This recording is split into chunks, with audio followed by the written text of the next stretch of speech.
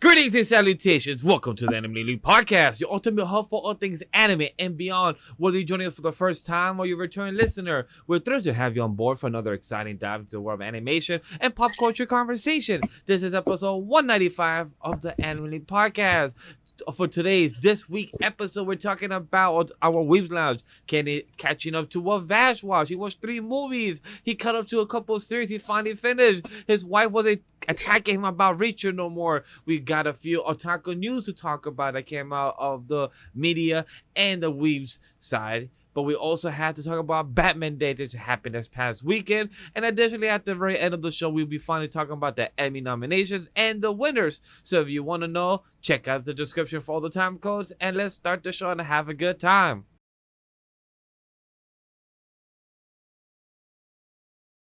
It's your boy, Love and Peace, Legendary Vash, your Latino heat. Because if you have heard the Weebs of the Ring content, I have put it myself that moniker now. I am your Latino heat. I lie, I cheat, I steal. It's my boy Eddie Guerrero. I'm giving a shout out to him because I forgot. Like, people ask me, yo, Vash, do you have a Mount Rushmore top 10? Eddie Guerrero will probably be always in my top 5 or top 10 for sure.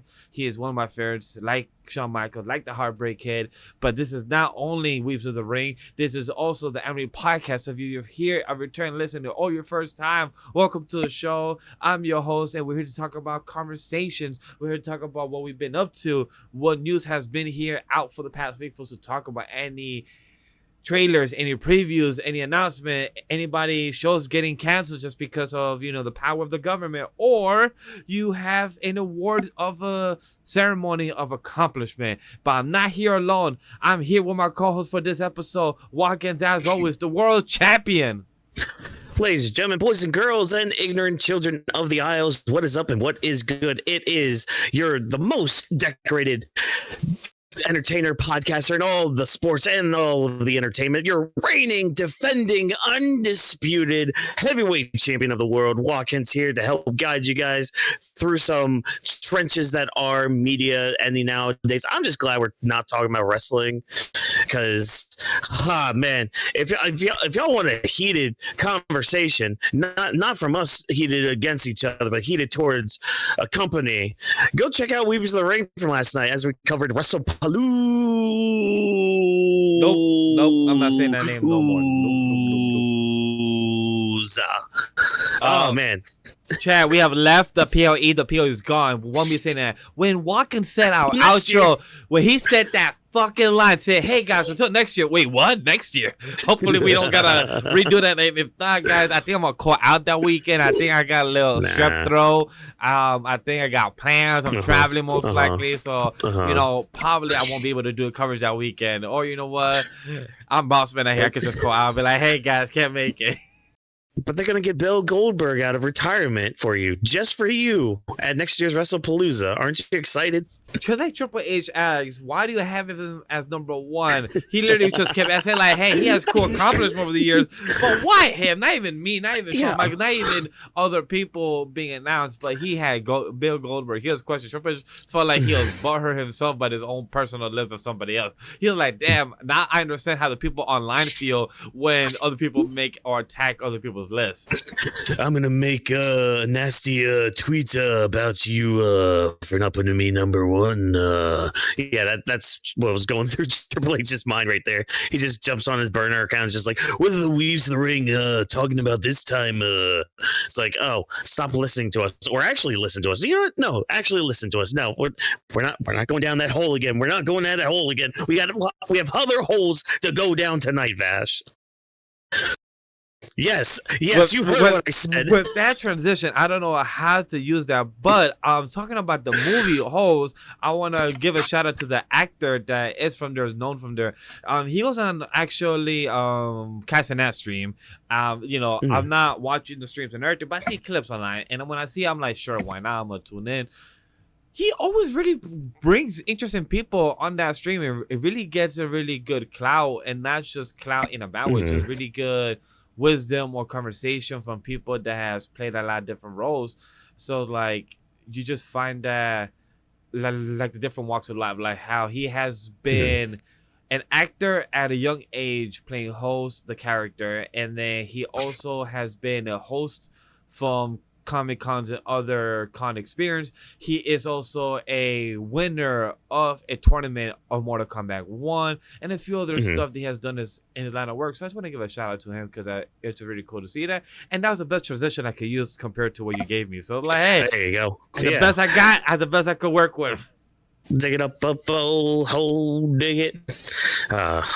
But with that being said, Chad, we're going to get into our Weebs Lounge. If you don't know what the show's about, this anime podcast has changed a lot over the years. We've had different calls. We have had the different guests on the show, but the core of the heart still exists. And the podcast has always been about, hey, what's the host is going to bring to the table and talk about what we've been up to, what media have we been consuming, have we read any books that don't have art, or do we have any books that we have read, or audiobooks that are light novels, have we actually caught up to manga, have we played any video games, have we consumed any anime other than seasonal ones that Vash is watching 30 and Whawkins probably watching 1 or 2, or we have any books that Vash has actually made time for because this man is doing so much in his life, or is Whawkins going to tell us to complain about his work life? We have many things to talk about, so this is what Weebs Lounge is, and the next segment is our Otaku big news buzz central. So if you guys like to enjoy that too, always time codes are down below in the description of what we've been up to, what content we've been watching, consuming, and also like we said earlier, it's Batman Day. Like we have in the background, I have the Batman logo, and we have the lights right there behind the show itself. So if you guys enjoyed this, comment down below what you guys thoughts about the show. Was your favorite moment of the Batman lore over the past 80 years, and what has been up to the character, and your favorite actor that has played our role? Walkers, have any thoughts before we start? No, I'm just ready to go in and let you know what I've been consuming this whole week of. It's just been a week of September. That's pretty much it.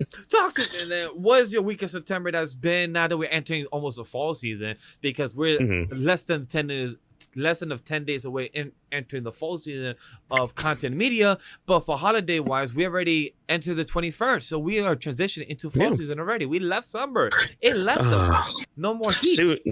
Soon, ladies and gentlemen, we'll be doing our annual horror movie marathon just for Vash, so that way every week we can have a horror movie discussion. Oh fuck, that is next week. I forgot. Yeah, that's coming up. Yeah, that's coming up, buddy. You gotta finish season 2 of Stranger Things, and then we gotta figure out what horror movies we're gonna watch on a weekly basis and talk about on here. One of the options, I believe, was Chucky. I believe was one of the options, and that's a definite. The Nightmare of the 13th, or the Nightmare of Elm Street is what I meant to say. Friday the 13th is what I meant, and I combined both movies. You know, that's actually cool. Nightmare of the 13th. That's actually a cool connection, just combining both name of the title series. But yeah, we have a horror movie coming on. I should also tell the audience that I will be doing High School of the Dead. So you guys want to see a full VOD, go check that out on the VOD channel. So if you guys want to see more of those, we also may be possibly doing some Five Nights at Freddy as well, depending on myself and Whawkins' schedule. So stay tuned for that. We'll see, because Ghost of Yotei comes out in like 2 weeks, or a week and a half. So we'll see about the old FNAF. We'll see about that. But talk to you. What else have you been consuming more than planning? Because I see from there you haven't consumed much. Maybe, who knows? No, I mean, again, that's because I have very limited time when I come home. Literally, I only have the attention span or the brain power to consume one extra thing when I get home. So it's just like, all right, what am I going to do that day? Am I just going to scroll on my phone on TikTok or something? Am I actually going to watch something? Am I going to play something? Am I just going to roll for the Mude bot and hope to get something that crashed once and then I can just steal from them and be like, yoink? Shit, you not. I don't know. I'm sorry. I'm just gonna throw it out there. I'm sorry, Vash. Not Vash. I'm sorry, Crash. I like to pick on you, but it's all in love. It's all love and games, Crash. We all here love to hear about your mid reviews, your trash takes. Sorry, your hot takes is what I meant to say. Your hot takes. Oh yeah. Your controversial, the villain of the story. Yeah, he's got to play that villain, all right. But when it comes to movies and TV, I'm classifying this as TV because the pilot came out on YouTube. Knights of Guinevere. So this was a pilot that dropped. It dropped on the Glitch Animation YouTube channel, which, if you don't know who they are, they're the ones who do like the Amazing Digital Circus. That's like the biggest one that they do and all that. But they dropped this pilot, and the thing with this pilot is it's from the creator of the Owl House, Dana Terrace. So already there's some big hype going into this. And so I actually watched it before coming in for this recording here. And you know what? It's got me intrigued enough. There's a lot of mystery going on with it. Basically, like a good synopsis of it. And I love how I saw this review of it on Twitter. It was from Alex Hirsch, the guy who created Gravity Falls. And hold on, Twitter decided to refresh on me. Let me bring the tweet back again.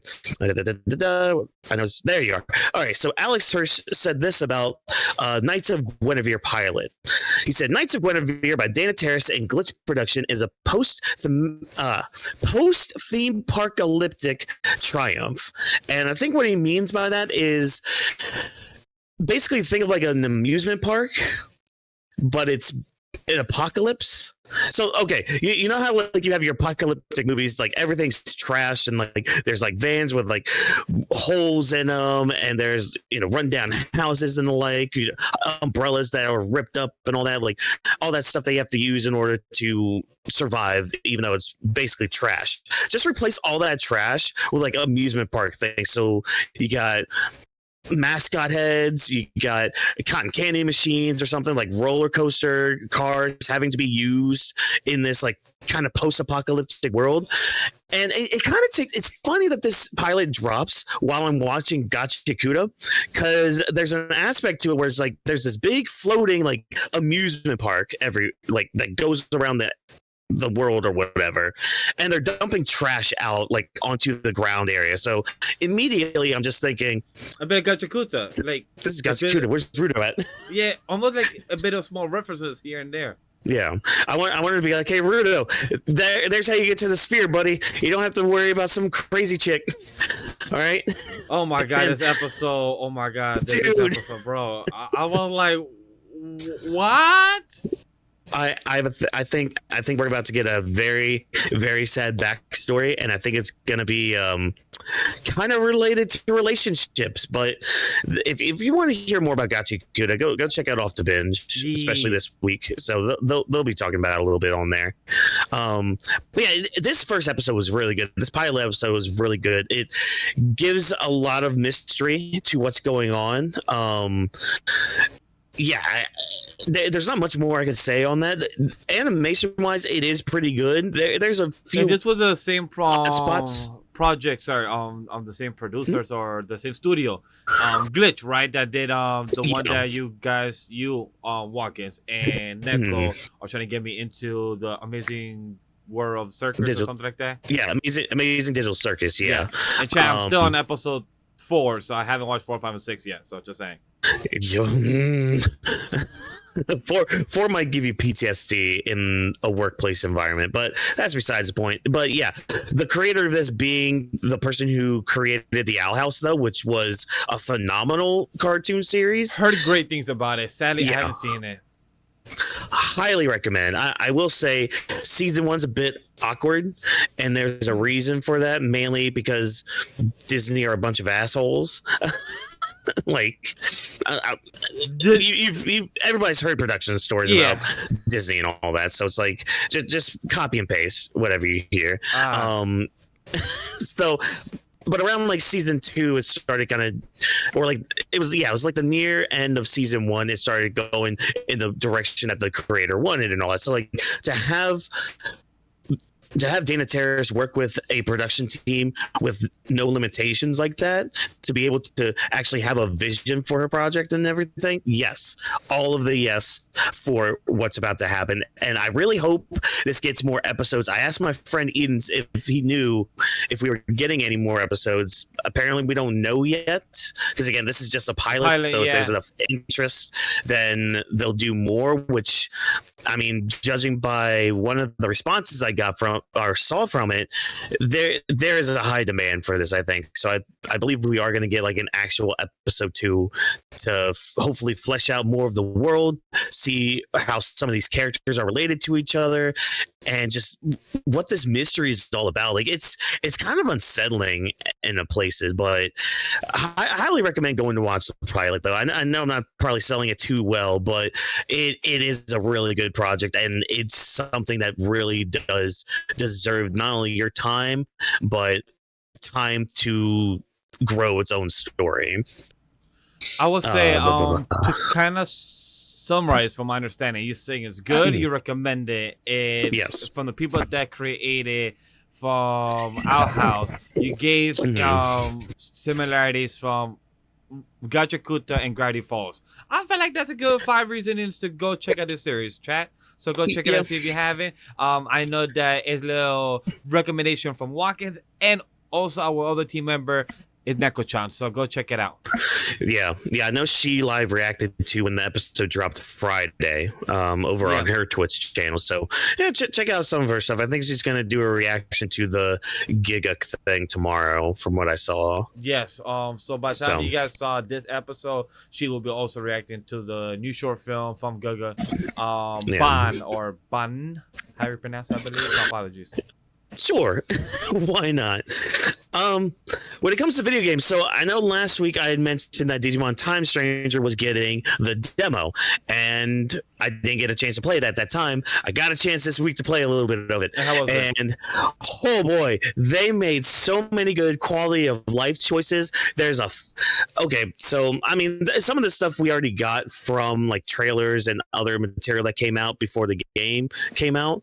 But like there's a fast battling thing. So if you guys remember in like Pokemon Scarlet, when you could send your Pokemon out to like fight another one and you didn't have to enter the battle screen and all that, it just kind of killed it on the spot. Yeah, you can do that in this Digimon game, and oh my god, it makes grinding so much easier. And speaking of easier grinding, you can change the speed of the battles, so like just grinding makes it so much easier, which people have ground a lot of stuff in this game. I mean, they've got, I saw one person have a whole page of like the first page of Digimon you can get in this demo, because they give you like an hour and a half of like the actual game to play, and then they have you explore the town, I think it is. I haven't really gotten to that part yet because I don't want to get too far in the demo and then not be able to do what I wanted in there. So yeah, I'm excited to at least try to explore the town, see what that's going on, because your progress in this demo does carry over into the main game. So whatever system you decide to play it on, make sure you have the demo in there so that we at least have a bit of a head start to it. Actually, probably when we're done recording this, I'm going to jump on the game and see what I can do to get some things done in it, because it's also very fun. It's also just like a relaxing game for me. So I'm just like, all right, you know what? Like, let's unwind. Let's have something on that's like not turning off my brain, but something I don't have to like be so engaged with, at least for the next week and a half until Ghost of Yote game's out. So yeah, that's been a lot of fun. And one evening I decided to boot up Dragon Ball Xenoverse 2 for a reason unknown. I don't really know. Yeah. It's just I get in some of these moods where I'm just like, you know what, that is like a brain turn off game where I'm just like, all right, I'm gonna turn it on. I know the controls, blah blah blah blah. Do a few parallel quests or whatever. See what updates there are. Cool, neat, awesome. My Saiyan character's doing great. My Frieza character's doing great. My Boo character's doing great. My Namekian's doing great. Yeah, I play Xenoverse 2 a lot, so don't judge me. I don't care. I create a lot of characters. I've never played it once. It's Universe 1, 2, or 3, and the other game that sounds like it, I feel like Xenoblade, I think is the name, right? Oh, Xenoblade's a whole different story. That's a freaking like RPG and a half right there. So like I'm talking about both the Xenoverse 1, 2, and 3, and also Xenoblade. I've heard great things about both games, both genres and everything. I just never have actually touched it to know if it's good or not. Yeah, I mean, I enjoy Xenoverse 2 for what it is. Again, it's not too terribly difficult to play. I mean, to be honest, it's kind of just button mashy and all that. Especially when it comes to like anime arena fighters. Hey, they've got it down right there. It's just fun. Again, nothing too engaging with it. It's just like, all right, let me just grind a couple levels, do a couple parallel quests, boom, boom. All right, cool. I spent my time wisely. Great, awesome, fantastic. When it comes to anime and manga, though, so I caught up to Kagurabachi. Great series, I think. Like there was a good payoff on chapter 85 I got to, and it made my heart warm and fuzzy. It may have brought a tear to my eye. I don't know. I can't really confirm that. Shut up, chat. But it's a good series. It's something that Jump, I think, has they have something good on their hands, along with like things like Ichi the Witch. Like they have a strong contender for a top manga in their magazine. I could see this going around like the 300 mark, like a lot of series are doing nowadays, kind of going to that 300 to 400 mark instead of that 600 to 700 mark, and with One Piece over 1100 mark. Oh boy, yeah, that's gonna be tough. Not many series are gonna get there.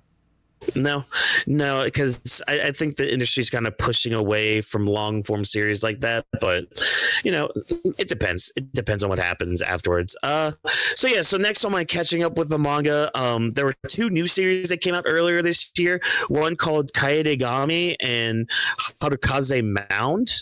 One was kind of like it kind of took place in old time Japan and all that. So that was really cool because it had like demons and all this stuff, like the yokai and all that.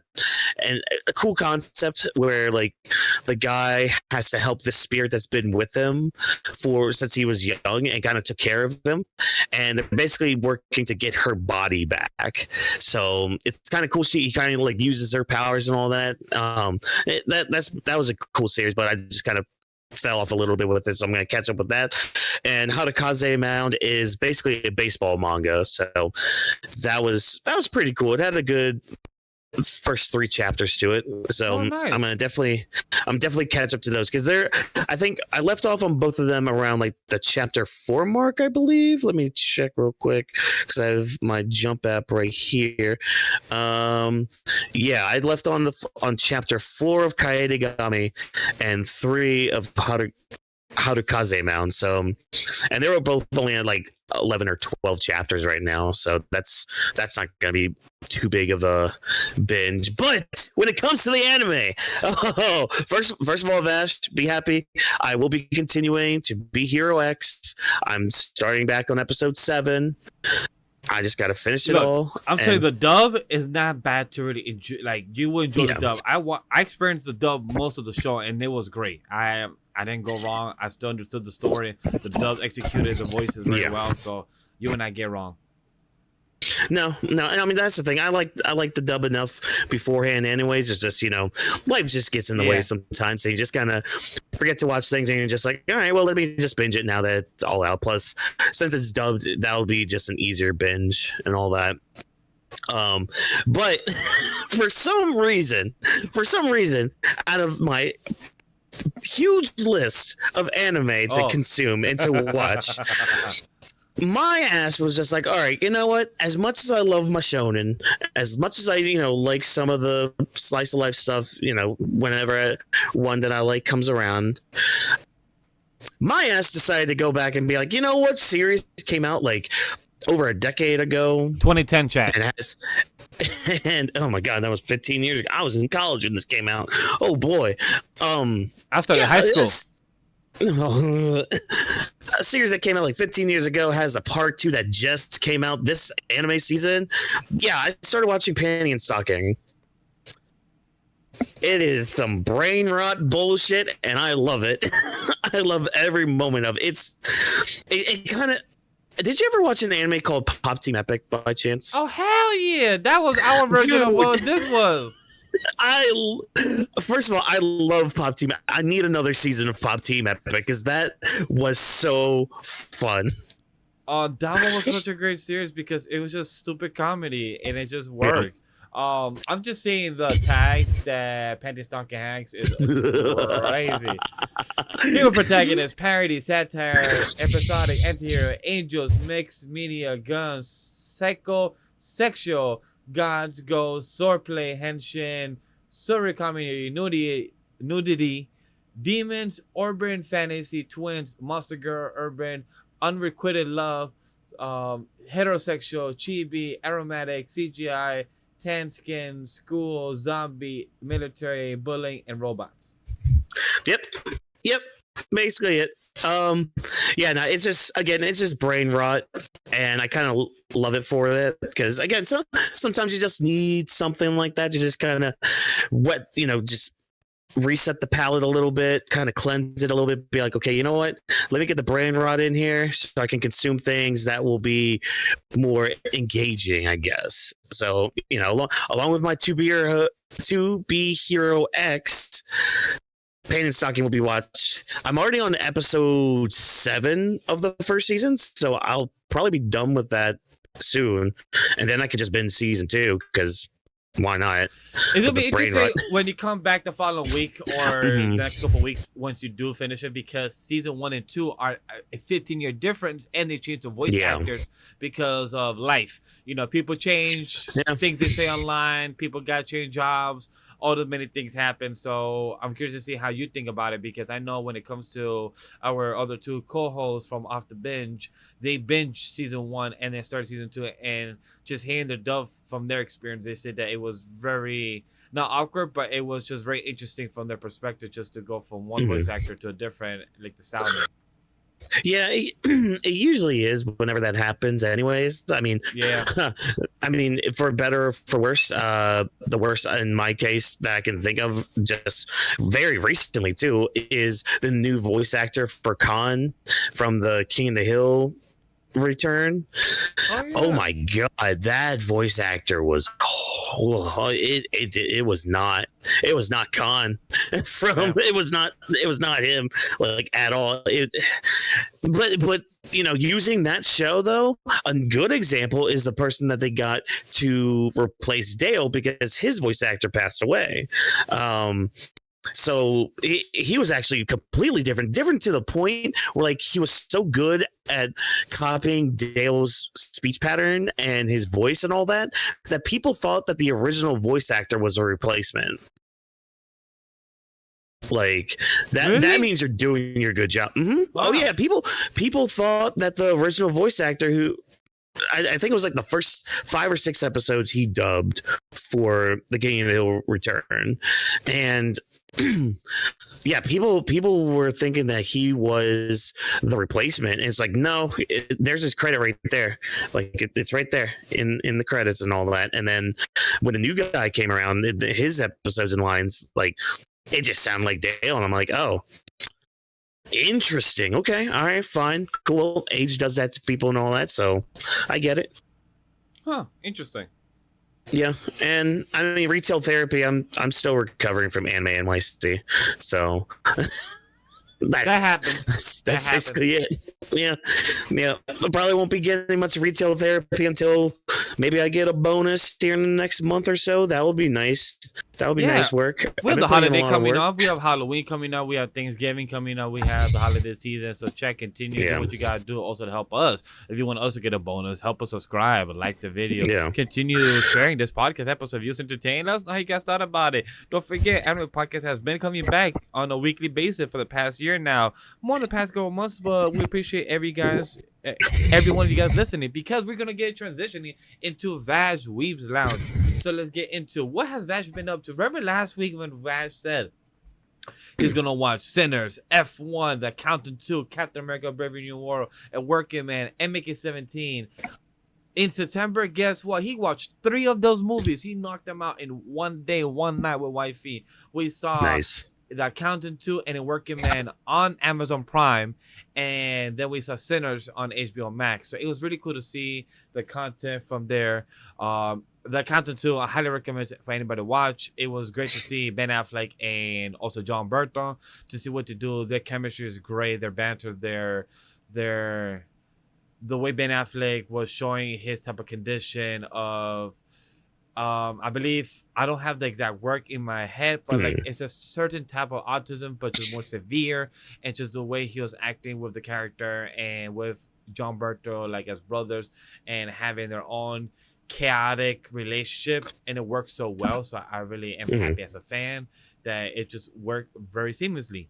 However, when it comes to a working man, yo, Jason Statham knows when you get into a Jason Statham movie, it's gonna be Jason Statham kicking ass in almost every movie, having the same skill set, and there's just literally one man gonna continue wrecking the organization that you just fuck up just because you mess with the wrong people, and that's what you got. You can't be wrong. Just go watch if you want to go see a good date night movie with your spouse, with your partner, and just see a nice action, bullheaded man just kick ass, still looking good at his age. You can't be wrong. No, you can't. Unless you want to watch, Stone Cold from back in the 90s, but that requires getting a subscription with ESPN that you can watch all WWE PLEs whenever you want, however you want, just for the low price of $39.99.99. And still ads included and commercials during your shows.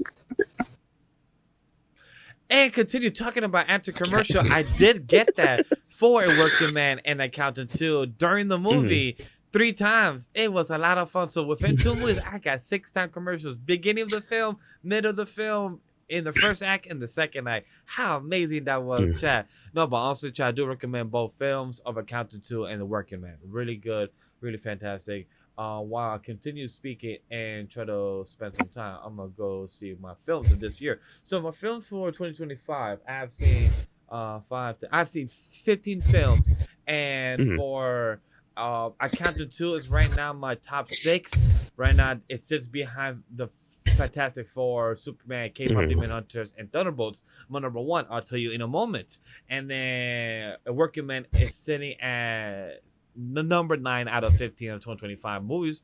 So not bad. Out of 15 movies, A Working Man, Accountant 2 was very solid, entertaining to hit. I highly recommend it. Now, number 1 is the one that I did mention earlier. For 2025 for me, right now sitting in place, is Sinners, played by Michael B. Jordan for Smoke and Stack.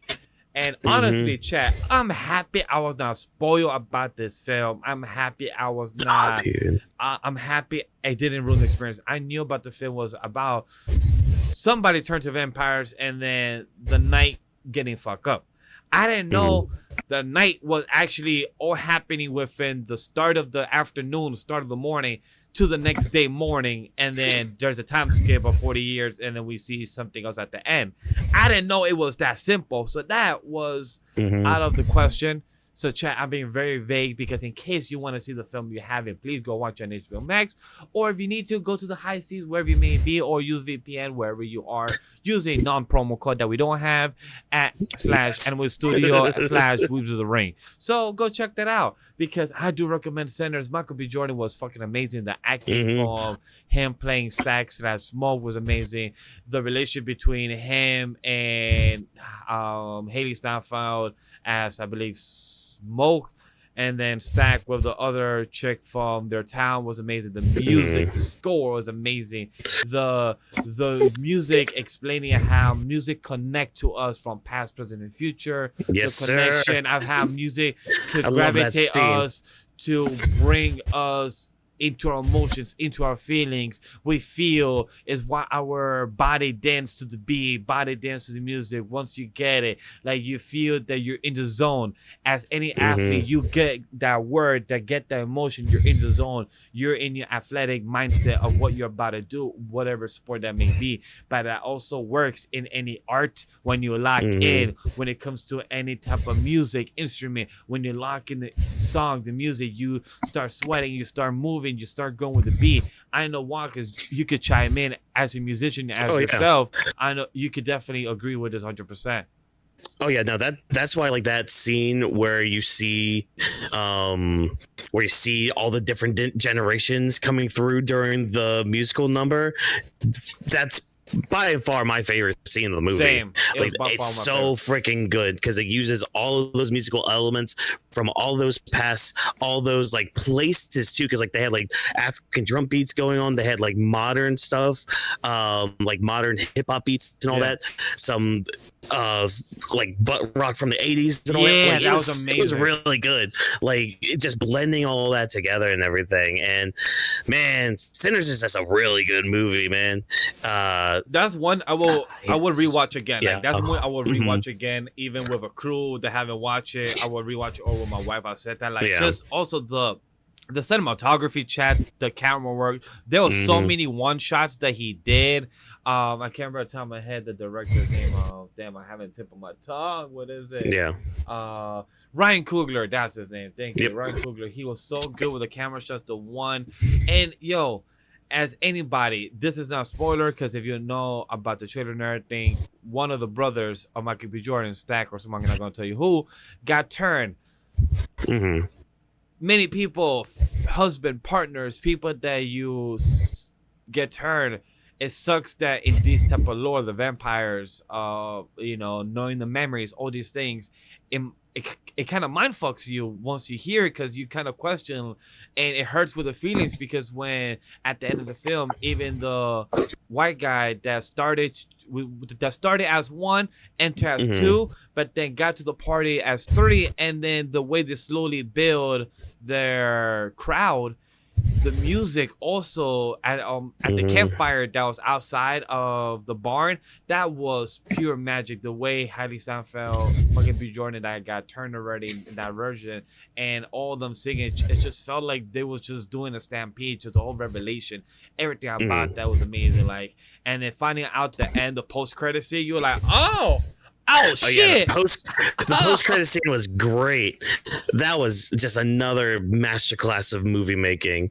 The way they opened the door and he said, "Yes, you may come in." That's what he knew. He's like, "Oh wait, what? In this era, why would he even say that?" Dude, as soon as they said you may come in, I was just like, "Ah, crap!" Yo, I was so bad, like, fuck. I'm like, damn. He's old. Don't bother him. He's old. He's done with life. He's old. And I love how they use for my research, a real instrument. I'm sorry, not real instrument, a real musician, but just put a little twist on it with the supernatural lore. And that's always been something that's been done with the black folk lore, with the Spanish lore. There's always been something that's always gets expanded when they, for anybody has seen Does anybody seen the movie Coco? It is a simple movie when it comes to just knowing about your parent and just knowing about music, but then you get into this twist of, hey, the Day of the Dead. Here's where you get into the afterlife. You get to meet your father and then your grandfather and the person that fucking betrayed you and your father that killed him. Like, all those little things is the twist of the folklore that is with the heritage of your ancestors. So it's just pretty cool how it's done, and I love that part of the movie. Yeah, again, it's just a really good movie. Highly recommend if nobody's seen it by now. Go watch it. Yeah. Go watch it. Highly recommend it. Don't be a Vash. Be like Vash. Yeah. Watch the movie. Also, if you're gonna watch it, go watch it also around Halloween next month, October, because they did announce that it will be on a 70mm screen, so you can see the extra sound and the visual aspect of the movie. So go enjoy it as the best as you can. But like I said, I spoke about movies. That's out of the way. Go watch A Working Man, Sinners, Accountant 2. And like I said, I will be watching F1 and the other movies with wifey throughout the next couple weeks. Now that I'll also be using more of my Apple TV account more because I'm paying for it and I'm not. And also it's gonna go from $9.99 to $12.99 next month. Just because of why? Yay. Just because they said so. Yay! So go have fun too. And if you don't know how to do that, well, all you have to do is log into the ESPN app and make sure you give them both 2 chickens and a roll of toilet paper. along with $39.99.99.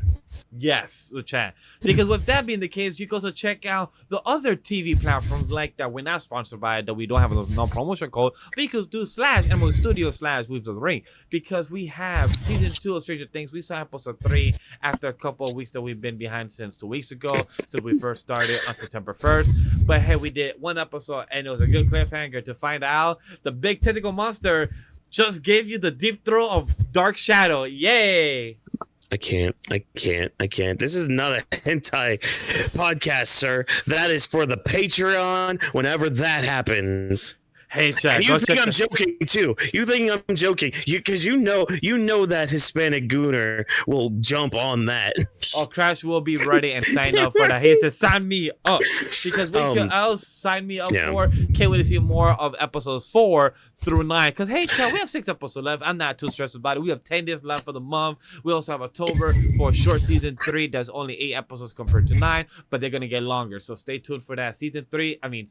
October season is going to be packed with Halloween content, with me watching Chucky and other horror stuff that my team wants me to suffer through, and I'm going to try to kidnap also Jokester with me to experience this, and Five Nights at Freddy, or it might be Ghost of Yote and me doing commentary with Whawkins. We have many things going on, and Stranger Things season 3, High School of the Dead, so much content, because the other one that I will be reviewing next week that me and waifu will get done this week is season 2 part 2, 4 episodes left of Wednesday. We also have that to finish because that works out for the Halloween content of next month. But what we did finish is Reacher. We finished the Reacher content finally. It was good to finish Reacher, and not saying anything bad. It was just good action, slow build for me. The characters wasn't the evil villain wasn't that hook and gravitating compared to season 2 and 1. I felt like it was more emotional attachment. Season 3, I felt more, it was like a revenge vendetta, and to me it wasn't gravitating me as a viewer for those 8 episodes just to get down an organization. So I wasn't really hooked into it. But I'm really curious to see if there's gonna be a season 4, because I feel like if they do season 4, they could just end it. After that, just keep it. Hey, let this big ass like oaf of a giant just finally retire. That was nice. But on episode 8, I would love to say, for anybody that have seen, like, for example, imagine you have the actor of Reacher, or if you guys don't know, imagine we have the Undertaker, big dude already, big back, big strong, big chokesman, right? But then Undertaker looks up at Great Khali, right? The Great Khali, a bigger dude, stronger dude, hand like a motherfucker that'll throw you, pick you up and throw you down through like 3 tables within the cement and everything else. That's the fight we finally saw in the episode of Reacher. The dude that's been bigger than him finally happened, and this man was going almost in a 3 round. He finally beat him on the 3rd round. It reminded me of my boy Luffy. He was losing 2 rounds straight, and I'm like, yo, Reacher, when are you gonna win this one? Because you've been losing. You've been in handcuffs. You've been thrown to the rag through a pack of hay. You need to get back up and whip his ass, and he did. The 3rd round was successful, and I was like, I was rooted, like, yes, kick his ass, and it felt good. It felt wholesome. Oh, good. Glad you were able to finish that show. I know, right? Finally, it's been a while. Wifey don't have to come at me no more. Now we can be like, hey, let's do Wednesday. We're on One Piece. We also finished My Dress Up Darling, but I'll talk about it during Off the Bench chat, because if you want to know more about my anime content, go check out Off the Bench. Dr. Stone is also good too, chat. Go check it out. Dr. Stone did solid. Oh, that final episode! I'm so glad that they had that episode finally air. Because I read the manga. I haven't touched the anime since season 2, I think. So that's funny. I know where they're at. But yeah. I didn't know you was a manga reader. So I was a manga reader, but then I stopped reading around season 3, the start of it, like right when they got to America is when I stopped reading it, because I want to see adapted and everything. But then I heard the manga got a mixed ending from the audience, from the readers, got a mix from people from when I spoke to, like my friend Perm, our guest that we had, Blade Ninja Aaron. He was mixed on it. So for a few people I spoke to, they was kind of iffy on it. Me, the only thing I was spoiled from where I read from the manga from chapter 100 to now, it was about this scene, that there was a time skip of Suka, aka our girl that's watermelon, and she woke up Senko. That was the only thing I was spoiled about. I'm like, all right, cool. I want to see how we got there. Not that we got here, Where do we go to next? Is Dude, what I'm waiting for. Like, the- where is the story gonna go? The journey they show of Suika going through those 7 years, that I love that chapter. Probably it might be one of my favorite chapters of the series, but that's also saying a lot because there's a lot of good chapters in Dr. Stone. So, but yeah, I'm glad they got to that episode. I'm glad that was the season finale, I guess. No, there's one more episode next week. Oh, there's one more episode. Okay, Yeah. so they might do her 7-year journey then. They might. I don't know yet. Yeah, because they did a montage of the years and everything, so it wasn't fully. Oh, they did. Okay. Yeah. Okay. So right. they did a montage of the years of her going, carrying the poop, going her own fluid of the nitric acid and everything. And I do agree. I got emotional. I got teary. Not like a big man tear like falling out, but like that one tear like in SpongeBob that will go here and then get back up right there. Like you just get back up there. Yeah. So, yeah. Trust me. Hey, chat. I did a SpongeBob reference. That's a first, right? Right. Let's get this man watching more SpongeBob. One day, chat. But when it comes to our gaming, I don't have much. So one thing I will say, I started Hades once again because it's on Game Pass. It's on Game Pass, and I was excited because I was trying to connect with my I was trying to connect my PS4 controller or my Xbox controller to my Steam. To my Steam on my PC, and for some reason it's not working again. I don't know why, or I don't know what I did wrong, or maybe Steam the update on my PS4 controller don't work no more. Who the fuck know? Many possible reasons. However, we have Hades on Game Pass. I found it out, started playing it. I played for a good hour. My ass got kicked a couple times. I died, rinse and repeat, and it's just fun, man. Hades is a fun game. I highly recommend for anybody. I want to be Hades so I could get into Hades 2. I love the world of Hades. Supergiant has done an amazing game for this one. They know how to have a successful game, and I'm happy for them because this is the 5-year anniversary as well for them with Hades, and they're about to launch Hades 2 on the Switch and also any other platform. Have you played Hades before, Whawkins, or do you ever plan to? I plan to, probably on my Switch, because I kind of like things where I can be in the comfort of my lovely recliner and then fall asleep to playing the game while I'm holding my Joy-Cons, because it's adorable doing that. It's not. It's really not. Hey, when you be relaxing, sometimes you fall asleep in a movie for 2 hours and you still give it a 9 out of 10. So sometimes things happen. You never know. But yeah. When it comes to Hades, highly recommend. Totally fun to do, totally fun to play. Highly recommend for any gamer out there. It's great on the Switch, I heard, and it's just a fun game. If you love the Greek mythology, Norse mythology lore, and just want to know about other gods and their voice acting and their sexy outfits, lingerie type of outfits like goddess, that be, hey, all the power to you. All the power to you. Haven't played, give it to me. Haven't played no more Fortnite COD, but I'm not that. The fall season is starting. The summer season is fucking ending. Week 12 is about to be recorded for Off the Bench because that means myself, I don't have no 30+ animes to be watching. So my time is about to be cut up. I am cut up to Anime Lady Podcast and Off the Bench or Weebs Ring audio feed. So my time is being more open so I could read more manga, play more video games, and also catch up to other TV shows and stuff that we'll be talking about during the Emmys. So with my gaming knowledge being discussed and done, let's get into our gaming news because we're ready for the Taco Big News Buzz Central. This is our pulse for our Anime Lady Podcast.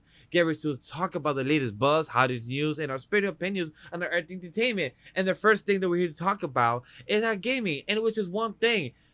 Are you excited that we may have the possibility to watch this for Bowser Jr. to be joining the movie of the Super Mario Galaxy? Yes, all of the yes, because I want that, and I could see his little journey being to he's either gonna kidnap Princess Peach. He's either gonna be that reason. Actually, he might actually be the reason because he might do some crazy shit that like his dad would do, where he just takes the whole castle and they just go into outside space and all that. So that could just be a thing because he's trying to save his daddy and all that. So yeah, and then plus I'm pretty sure Bowser Jr. was in Mario Galaxy, like the game and all that. So having him be in the movie kind of does make sense in this aspect. So yeah, I'm looking forward to it. Just, don't have somebody like Chris Pratt voice him, because he's already voicing Mario, but they'll find some celebrity to probably voice Bowser Jr., which I was gonna ask. Do you think we're gonna meet Bowser mom or his wife to how do you have Bowser Jr., or do you think we're gonna have Laura or Bowsette, the fan mate or character of Bowsette? Do you think we're gonna have that? Well, first of all, I seriously doubt Nintendo will ever make Bowsette a canon character. If they did, they would break the internet, probably. Be like, oh, here's our version of Bowsette. It's just like, that's not our Bowsette. If you want to know, check out Rule 34. But anyways, but also there is a theory, like there's been a theory for years, or like fan headcanons or whatever, that Peach is Bowser Jr.'s mom. But that's neither here nor there with that. I don't know if they'll even do that in the Mario movie. I heard that being a fan theory. Fan theory because he always kidnaps Peach, Princess Peach. So it's like, because they have the Couplings, they have the other kids too. Yeah. So who knows in that lore? So chat, if you want to tell us your fan canon lore of what Nintendo or the Super Mario people have done, because I know. Have you seen that song, by the way, of Luigi singing in the water? Is some dude doing singing like No Mario? I gotta send to you. What? That one. No. I know what you're talking about. Yeah. Oh my god, talk about internet brain rot. Yeah. No, Mario. She's cheating on you. She's in the sheets with Bowser in the sheets. Oh man. Oh. I'm glad I gave you a laugh. You're like, yes, I forgot about that. Man, I love that clip. For anybody, just go search it. If you don't know what I'm talking about, please search it, because I really don't want to ruin it. Every time I find that song again on my timeline, I never skip it, because it's just there. It just gives me humor, because of course it's Luigi, your brother, telling you that girl's not good for you. She keeps getting captured. Should we not be questioning her brother? Yeah. And I'm like, you know what? That actually makes canon lore, factual. Sure. Well, Chad, if you want to question more canon lore to see if it's factual, let's talk about our Weebs news, to talk about the Otaku news, meaning this is Japan content, meaning that it's been, announced what conversation they're supposed to have. Like one of them, Whawkins, are you excited to see a Sakamoto Day live action film announced that has been made, and we have already a key visual already? I mean, honestly, when it comes to live action adaptations, Sakamoto Days might be one of the better ones to do one of. Yeah, I feel like it'll be good. It's like it's good action on stage and everything. But one thing I'm curious is that, are we gonna have two actors though? Sakamoto chubby version, probably, and Sakamoto skinny version with long hair. I hope they cast for the skinny version and just have a fat suit for him for the whole movie. That way he's just like going around the movie like, oh, I'm the Rock in a fat suit, and then he gets hot and just like, I'm here to kick your ass. It's like, oh great, there's the actor we all know and love. Cool. That's a possibility. Bring back fat suits, they're funny. That reminds me of a great actor that used to do that a lot. It was Eddie Murphy. Yeah, Eddie Murphy. Martin Lawrence also did some too. Because he did Big Mama's House. Oh my god, Big Mama's House 2 and 3, I believe. There was a third one too. There's a third one. Yeah, oh Jesus Christ! What have we come to in the year 2011 probably? That just feels like a 2011 movie. I don't know why. It is 2011. Big Mama House 3. Big Mama's like father like son. Wow. Oh, that's great. On Rotten Tomatoes, it's a 5. Wow. It's on IMDb, it's a 4.5. Wow. It's such a 2011 just sounding movie. Big Mama's House 3. Like father, like son. That's crazy. Oh, that's right. That's where he gets his son to do the fat suit too, and shenanigans happen. That's it. That's all I got. Oh my god. Fucking 2011. Hey, but if you want to see more of 2011 characters but evolve in a hero society, check out My Hero Academia Vigilante season 2, and it has an announcement of January, this coming winter of 2026. You know what? Good timing for it, because what was it? Vigilante season. That first season was last season, right? Yeah, that was spring season. It was spring season, and they're coming smart marketing, because My Hero Academia final season is ending this fall, and then to piggyback right after Vigilante, smart marketing, perfect idea on it. And I would have to go back to see where they're doing. Plus, I need to watch the Vigilantes anime anyways, because I really want to see. Yeah, I want to see how they adapted from the manga and all that, because that was another one that I read. I got to see where they ended with that. So cool. We already mentioned earlier about the Giga anime short film, 18 minutes. Go check it out. Myself and Whawkins hasn't seen it yet, so we don't much thoughts, but go check it out. It's in English and Japanese dub, so go check it out. It's in other languages, subtitles. So if you want to go check that out, they haven't yet announced anything else. It's a short film. I thought originally it was going to be a short anime series, like an 8 or 6 That's what episode. I thought, But then we find out there's an 18-minute film. One of our co-host members from Off the Bench already said in the Discord, go check that out in the seasonal anime channel, saying it's a 10 out of 10, great plot twist. And I'm like, my guy, you're not supposed to say that there's a plot twist, because now people are gonna know to expect a plot twist. It's so like the last 5 or 10 minutes, you're gonna be like, oh, where's the plot twist gonna happen? I'm like, no, just say, hey, 10 out of 10, great movie, expect the ending or something. Expect different results. There you go. Exactly. Because of all the different results, that's perfect. Because chat, do you want to hear about different results? Go check out JJK Execution Shibuya Incident. The Culling games begin. If you don't know what the fuck I'm talking about Piss Off Energy that is scheduled in December 5 in North America. We're getting a Shibuya Incident compilation, like literally a shorter version of what season 2 of 24 episode was of the Shibuya Incident, into a movie that also includes the first 3 episodes of the Culling games of season 3. Are you excited about that? That's Whawkins? a lot. That's a lot to put, not only to put in a movie, but you're gonna also start the Culling games arc. Or saga, I guess. I'm just gonna call it freaking saga, because fun fact, most of the next season of JJK, they call it the Culling games. The first half of it, if not more, is just gonna be setting up the Culling games. Like 100%. No, because the preview did have them going into the city, so they might get into it like halfway through the season, I think, because there's a lot of stuff that they're going to be setting up. Because I remember this taking a hot minute to get to in the manga when it was dropping weekly, but how can you fit the Shibuya Incident in a whole movie? You're just showing the highlights at that point. Yeah, it's the highlights, chat. Like, for example, myself, I read season 1 and 2, and I read season 3 halfway of the arc of the Culling games. So for me, I don't need to see this movie, because one, I'm gonna rewatch. Sorry, I'm gonna rewatch. I'm gonna watch season 1 and 2 of JJK myself and watch it with Drop This Box, and also Whawkins might join us as well during our rewatch, because season 3 is gonna be fast approaching. I would also recommend watching the movie. Yes, that's the movie with Yuta.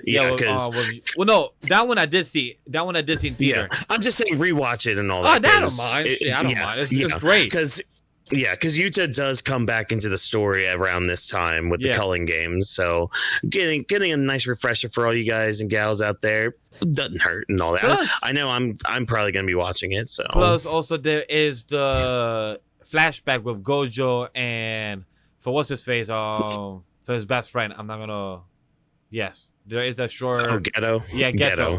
The short movie arc they did for that as well, like the special they did for that flashback. See, that's fine. I feel like that arc is fine to put like in a movie kind of thing, because like you could really pace it well in a movie setting. Yeah, because I believe that was like 10 chapters. Yeah, I believe that was like 10, 15 chapters. That was a short arc. So that to be in a movie makes perfectly sense, like in a short form they did. Yeah. So, but Shibuya into a movie going and showing some of the Culling game work, like, come, okay, all right. Show me the highlights that probably look worse than what people can do on YouTube, even though they get copyright struck from that. So that's always a great little thing from the anime communities.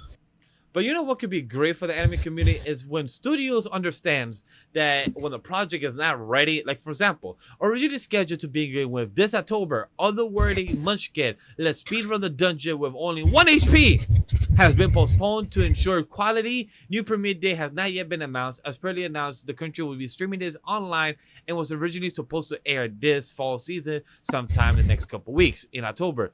However, it got pushed because they said, hey, we don't have this yet ready because of the shots, the character, the lighting, or whatever it is for the 12 episodes it might be. They don't have it ready. The same thing they did for the beginning of the end. It was originally supposed to be 24 episodes for spring and summer, but they cut it out at 12 because they knew the whole clapback, the whole audience not being a fan of this. They say, hey, we need to take time to do better. And I'm glad they are. Thank you. Me too. Sorry, my mute button wasn't working at first. Yeah, me too. I mean, any break that they can get, because their working conditions are horrible over there.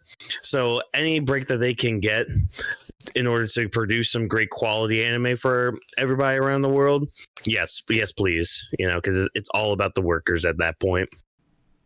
I agree. It just makes it better in that sense, so I'm glad for them. Because you know what else we could be glad, Chad? Is talking about what anime has already gotten announced for a new season from this summer. One anime that maybe Whawkins might be watching or he's excited for, because we have season 5 for Rent a Girlfriend. That was most exciting out of these 4 Whawkins is excited for. Right, Whawkins? I take that as a yes. Take that as a hell yes. He's so speechless that he couldn't say his thoughts. It's mid.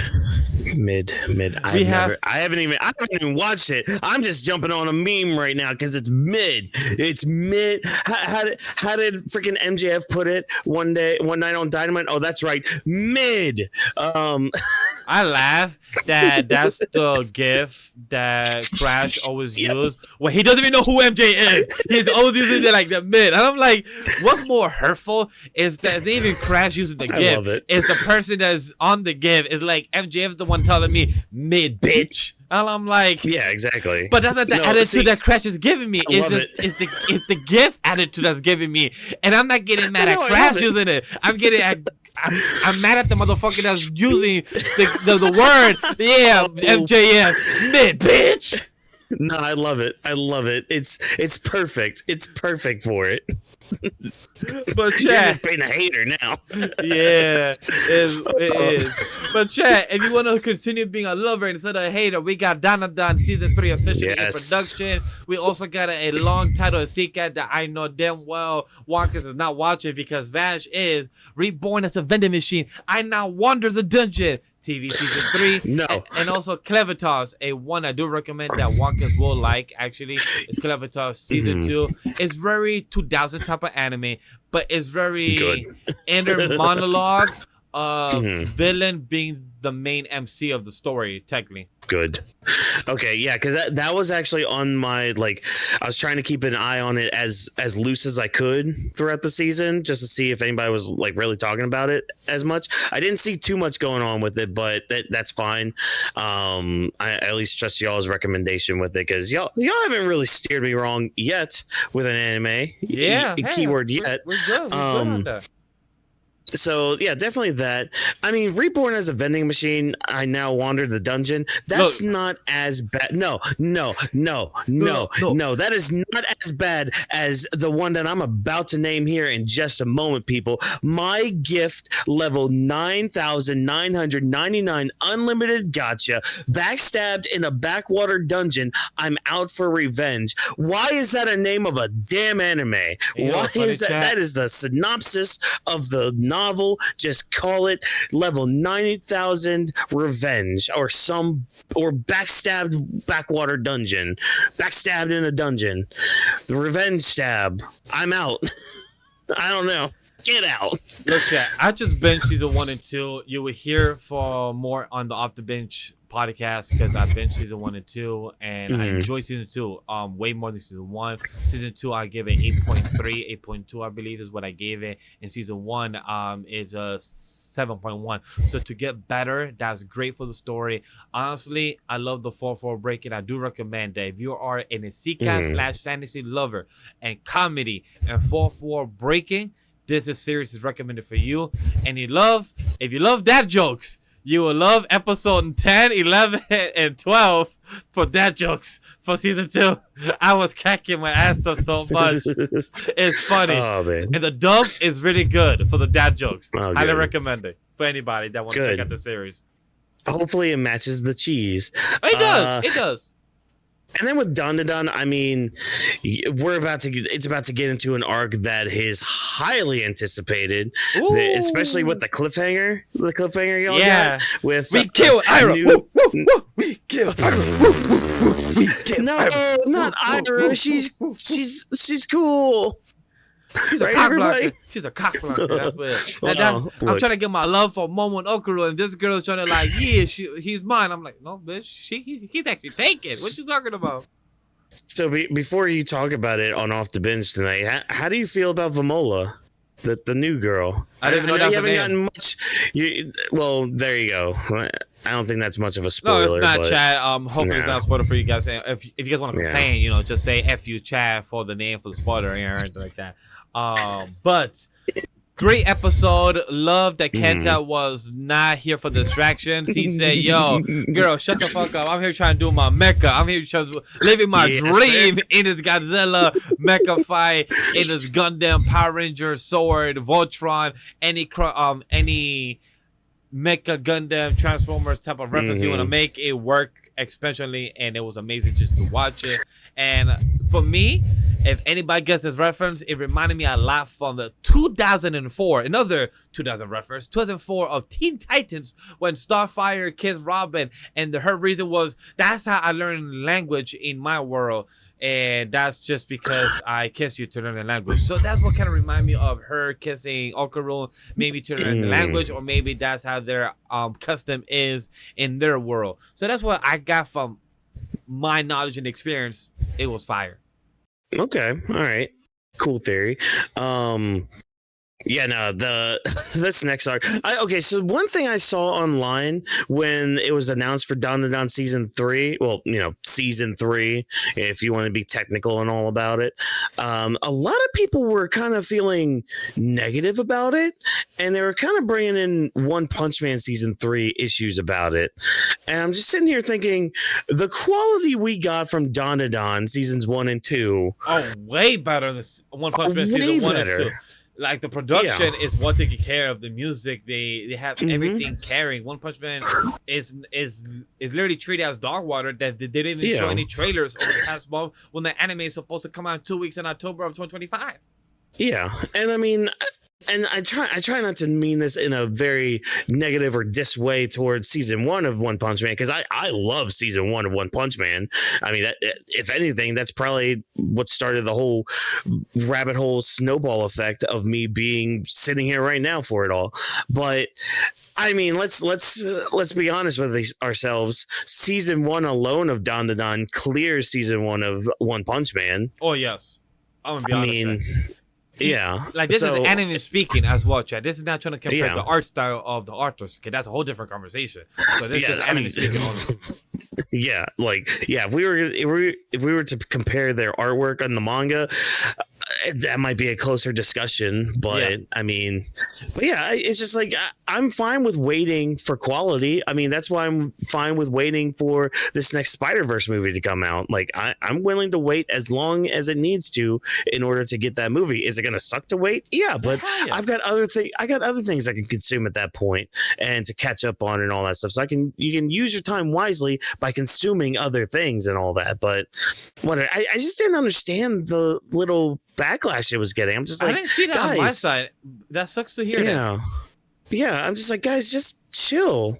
It'll be fine. It'll be good quality. Like, I trust this studio very much after seeing what they did with seasons 1 and 2. Yeah, Like, some of those scenes had no reason being that good, but they were. yeah, when he went full out, when he went with the music, when he went against the music legends, when he had all those opportunities, when they were going fast, the speed, the animation, the art style, the black and white, the creativity on everything, and just the action, the music, the choices, the references of all these things I mentioned earlier, the Megazord, Voltron, Transformers, all the transformation of Gundam, like everything, they put a lot of care and do an adaptation to the heart of the manga. So that's to me, like, as a fan of Whawkins, his friend from JUJUTSU Box from Weebs of the Ring, and Shona Ronin, they showed that, hey, this is a good adaptation.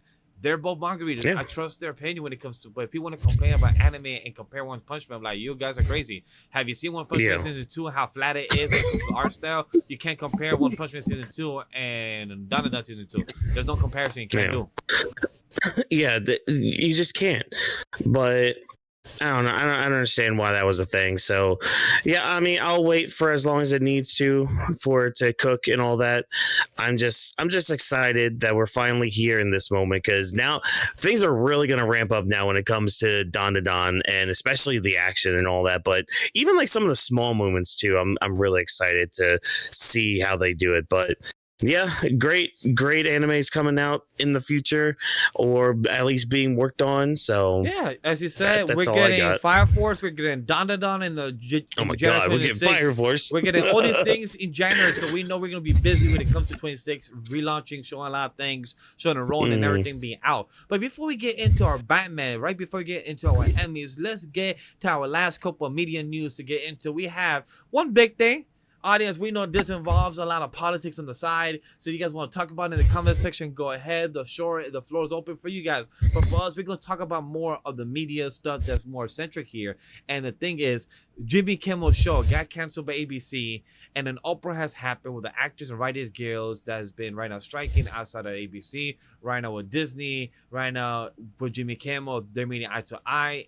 Jimmy Kimmel is right now worried about his staff, because right now he's not stressed about money or the job, because he got the job. He already did this for many years. He's probably not attached as many people may think or not, but he also is worried that if he gets retired or loses a job, the people under him loses work, and that's what he cares about right now, as what's being said out publicly. So this is something that, for those that don't know, Jimmy Kimmel was speaking not about the death of a spokesperson that passed away a couple of weeks ago, but more about the action of our president of being said about said incident.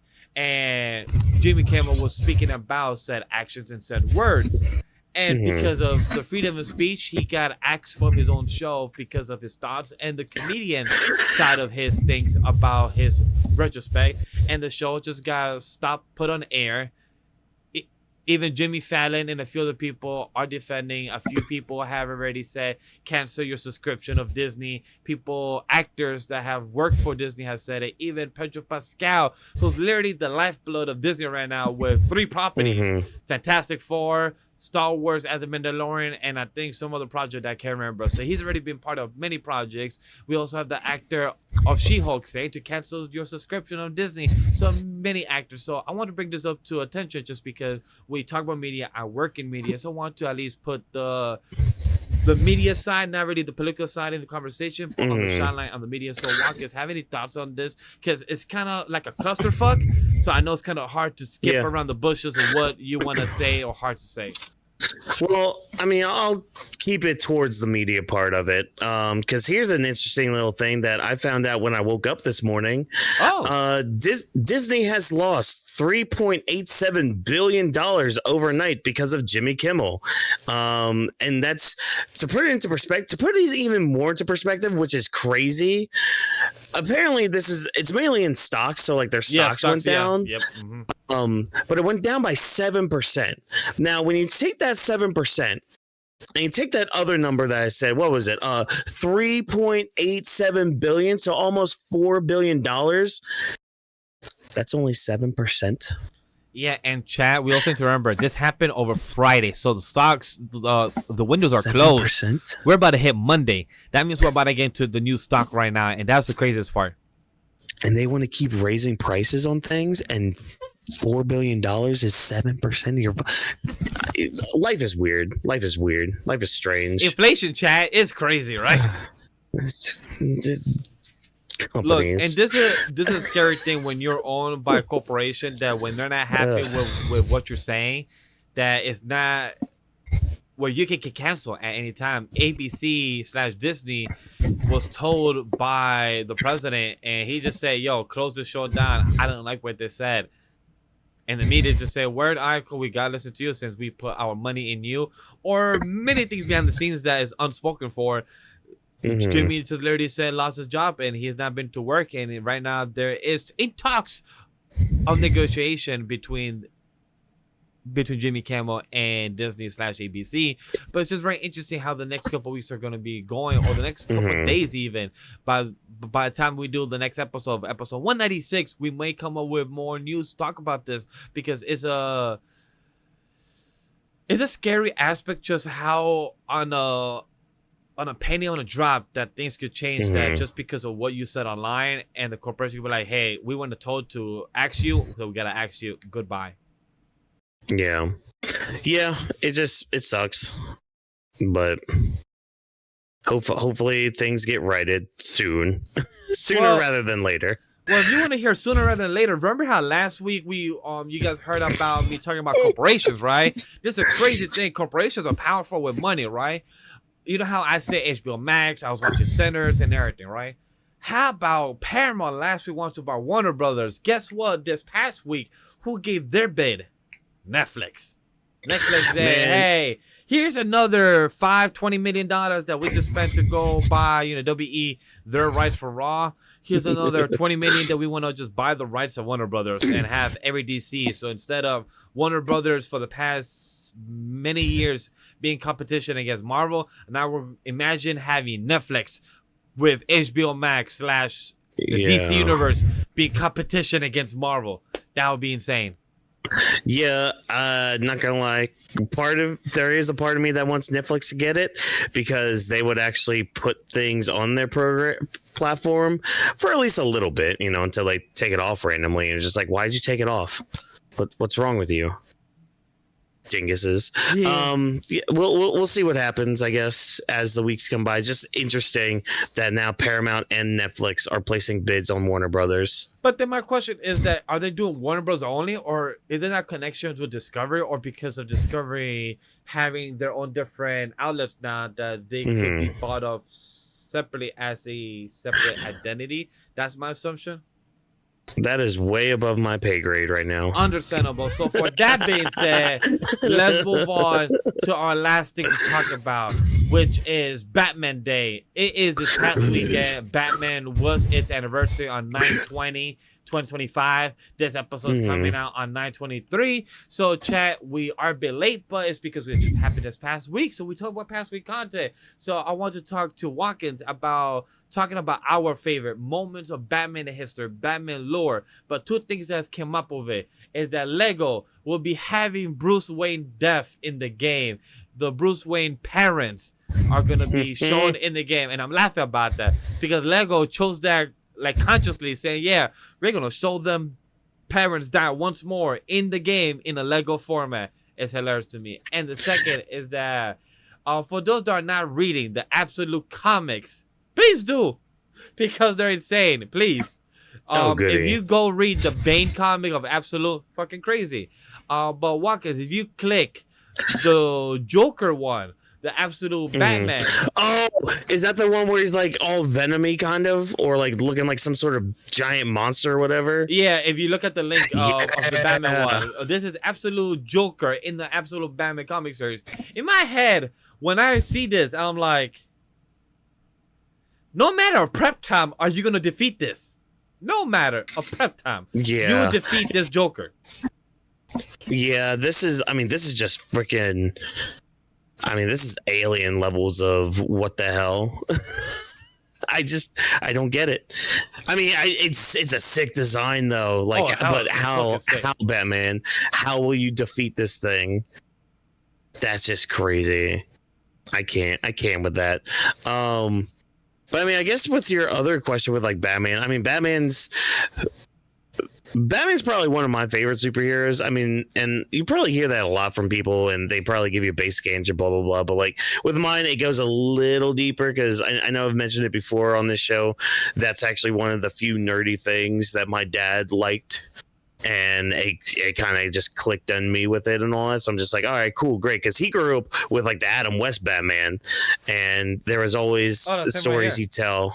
Yeah, exactly.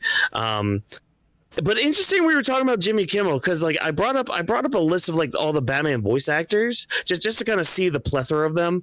I forgot Jimmy Kimmel I guess he played Batman in the Teen Titans Go movie. What? I did not know that. I think so. Yeah. I didn't recall that. I didn't recall that of him playing Batman. Huh. Jimmy Kimmel as Batman. Let me just double check with that. But like, I mean, my Batman is freaking Kevin Conroy. Like that was always my Batman. That is right here, animated series Batman, right there. Yep. Yeah, he was always my Batman. Same with the Arkham games too. He voiced them in there. That one I did not get to experience, but I've seen clips of it. There was an interview I saw of Kevin Conroy.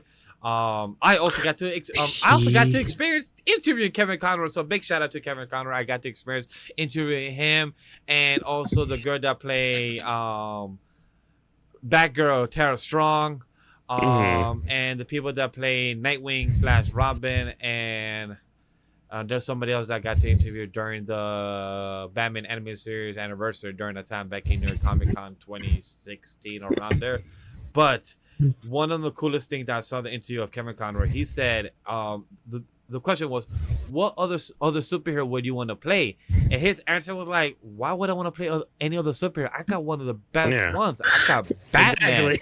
Why would I want to be anybody else? And I'm like, that's such a cocky answer that fits for him. Like, you will play Batman. Or it's a Bruce Wayne answer. It's a Bruce Wayne answer. Yeah. Like, one of my favorite lines. Freaking same person. One of my favorite lines is, for those that have not watched it, it's the Batman Beyond. And then one of my favorite lines is when Bruce gets a bit of hallucinations, and in his mind, the person that's trying to pretend as him is calling him Bruce. But at the end of the story, Terry, that is his blood son, but he don't find out till later. Spoilers, chat, if you didn't know. Terry asks Bruce, like, how do you know the person in your mind wasn't you? And the most cockiest answer that Bruce says, because I don't call myself Bruce in my head. And Terry was like, who do you call yourself? He's like, and Bruce just walks away.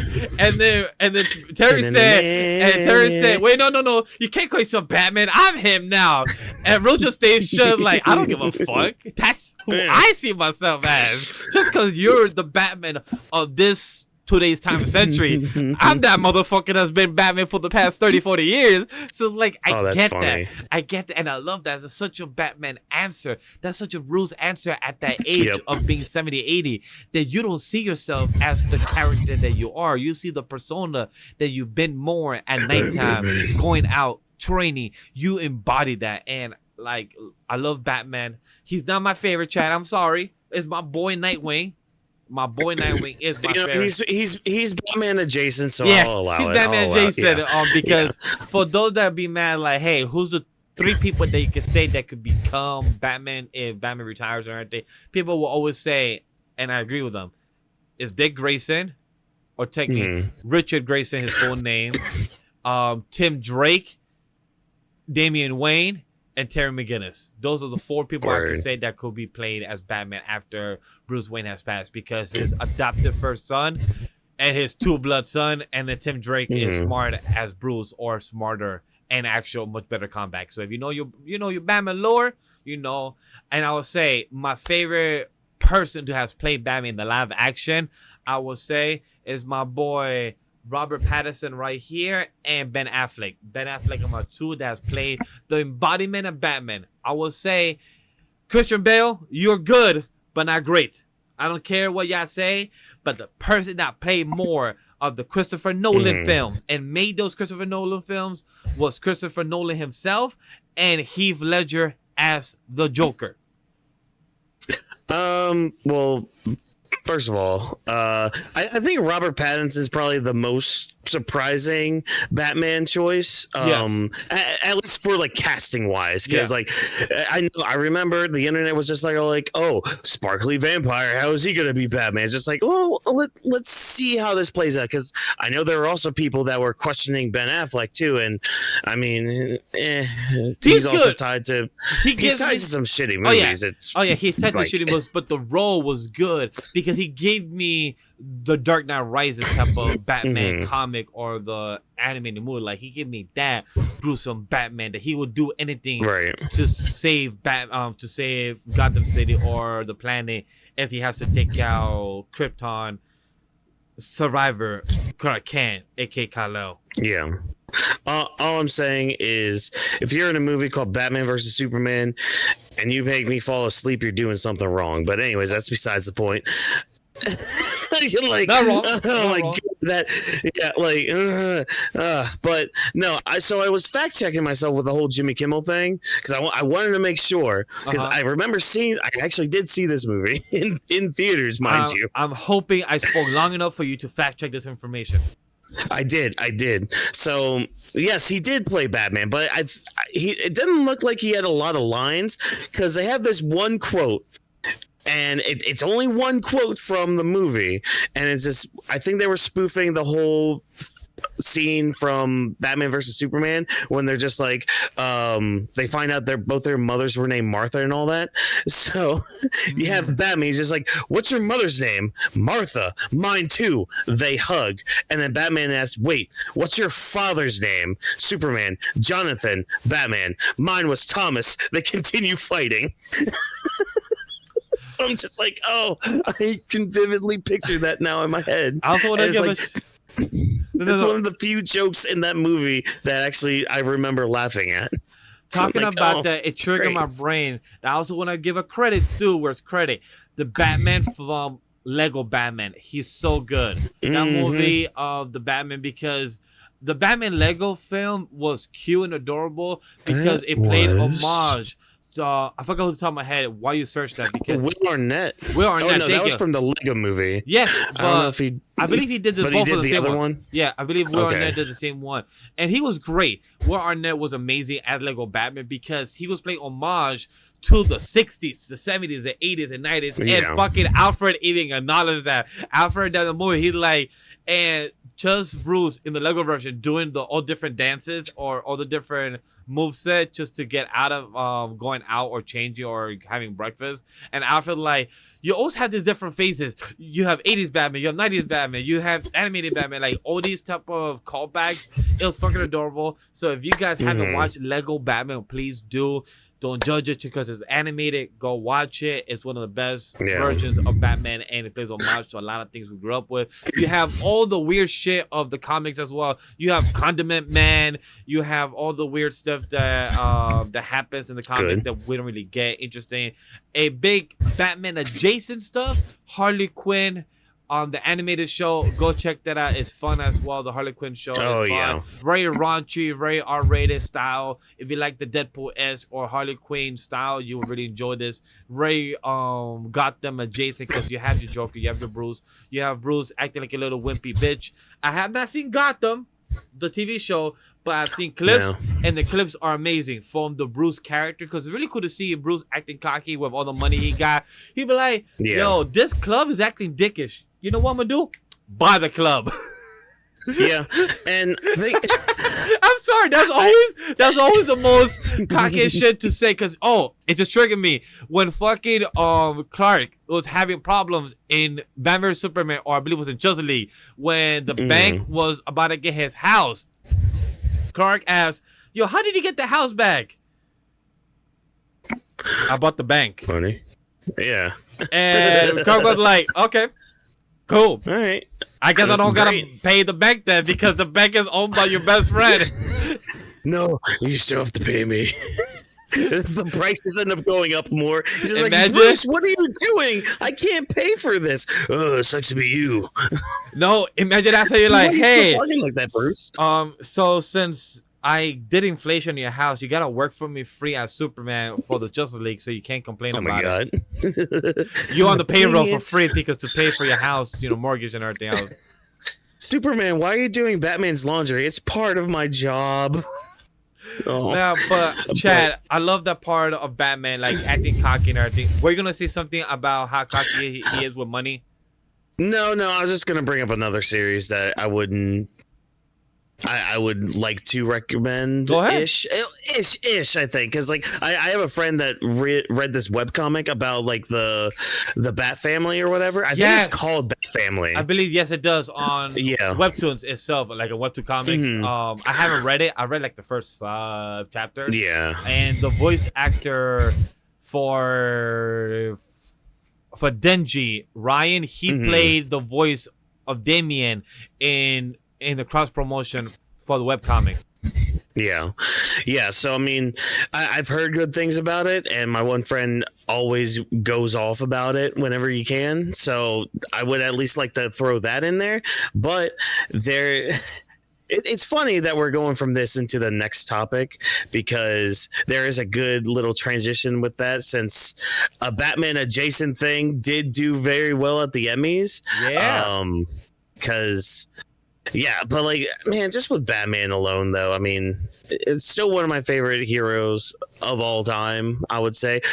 And especially with the Arkham games, too, they kind of changed how superhero games are anymore. Because, like, you have, like, your combat system of doing your blocks and your dodges into your big old finishing moves and all that stuff. So, yeah, the Arkham games definitely helped innovate some of that stuff. Now, getting all those Riddler trophies, hopefully games learn and don't do all that stuff. Do some of it. Like the Spider-Man games on PlayStation had a good balance with that. Yeah. Just no more Riddler trophies ever again, please. No more Taskmaster trophies, because I was not a fan of Taskmaster. Those are a little bit hard sometimes. So. Yeah, some of them were kind of a little challenging, but it did.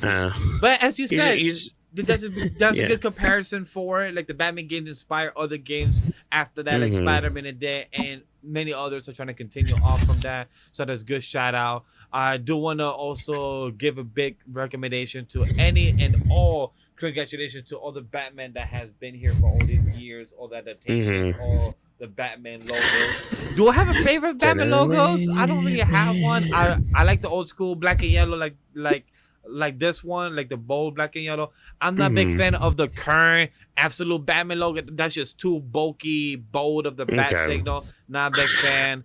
A big shout out to all the comic book villains. You have a favorite before we transition? Is the Penguin? Wink, wink. Villain? Yeah, of the Bat Family. Is there a favorite? Nah, forget the Penguin. I don't like the Penguin. Get out of here, Penguin. Favorite villain from, one. I think this is mainly an episode that sticks out of my head, mainly with the animated series, and it just kind of speaks wonders to the type of hero Batman truly is. I forgot the name of the episode, so sorry about this, folks. But it's the one with the actress girl who can't get older, like she doesn't age at all, and so she ends up kind of going crazy and gets all the other actors from the show that she was on, and so she kidnaps them and she threatens to kill them and all that. I remember, and there's a moment at the end. Yeah, there's a moment at the end where like she's going through like these mirrors and all that. Batman's chasing her. Batman doesn't really like fight her either. He just he does his little hockey clash with her or whatever, just flexing his spiritual pressure and all that. And it gets to a point where like she gets to a mirror, she kind of like visualizes herself as an adult, and then the mirror breaks. And then she kind of just breaks down right there, and Batman's just standing there, and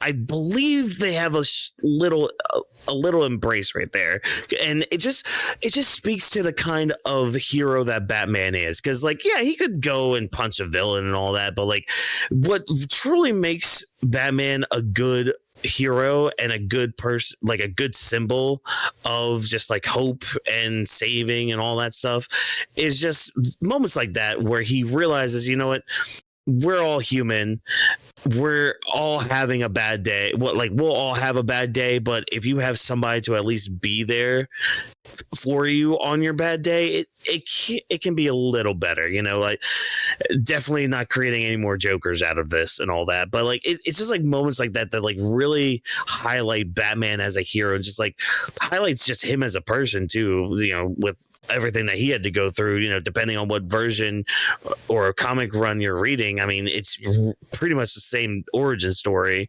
all the time, so it's just a really good moment, and it always sticks out to me.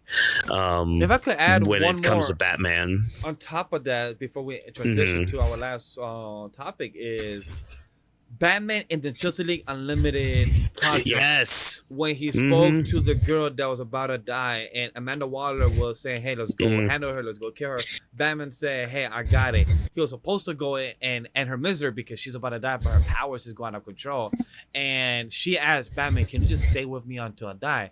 And she already sensed or read his memory, read his mind, saying that you're not going to use that to murder me. You're going to stay here in company. Like, yes, I was. And Batman just sat there with her until she went to sleep and went to the afterlife.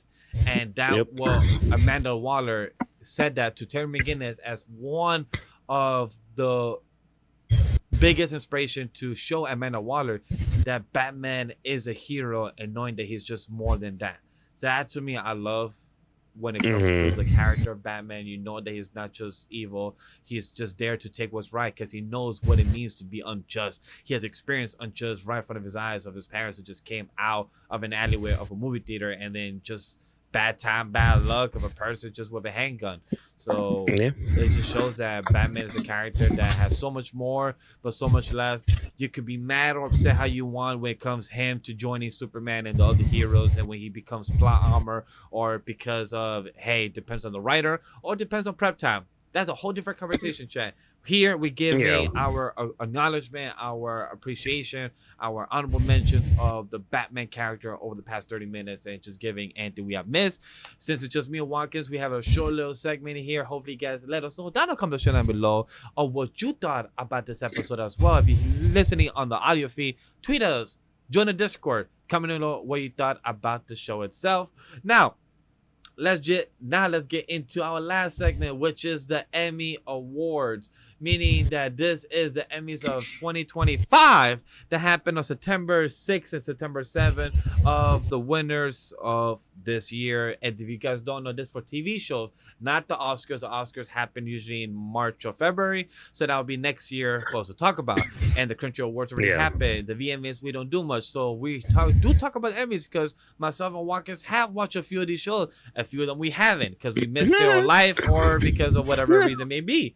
So we're gonna go down on a little speed roll, rapid fire type of way. So if you guys haven't, we're going through the Hollywood Reporter Emmys Award winners by the best comedies and many others. So the first one we're gonna go by is best drama series.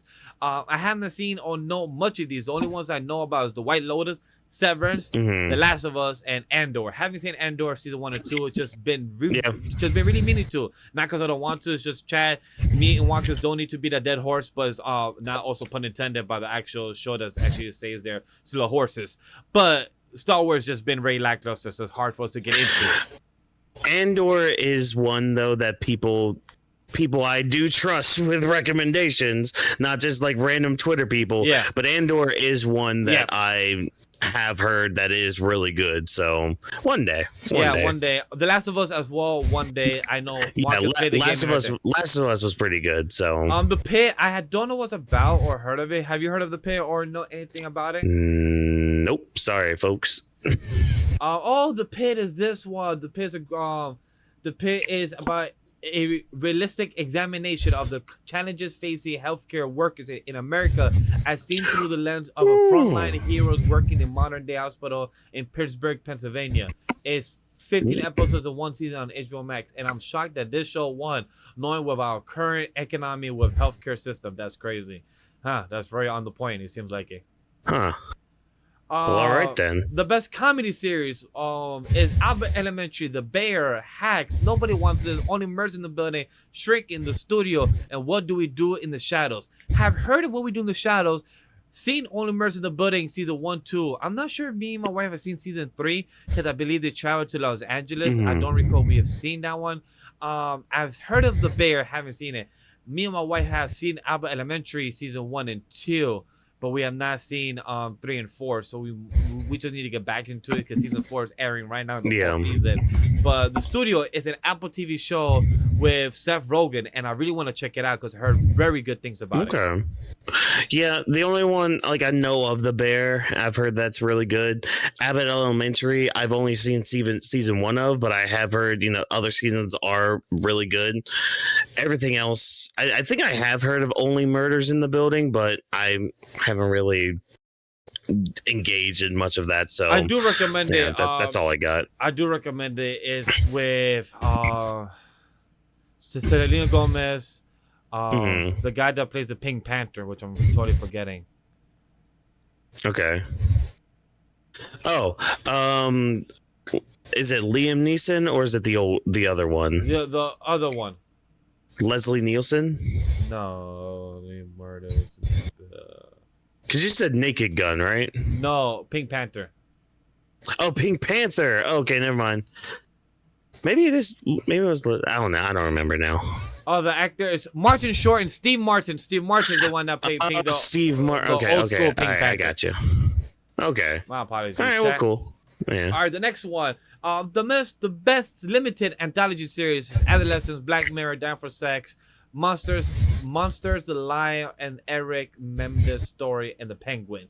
I'm shocked that Penguin didn't win because this was supposed to be a limited series, but I heard great things of Adolescence. I don't know much about that one. Black Mirror, I know it's been going on for a couple of years, but I'm shocked it didn't win. I'm not sure what season of Black Mirror this is, but the other two I don't know about. Have you heard of them? Nope.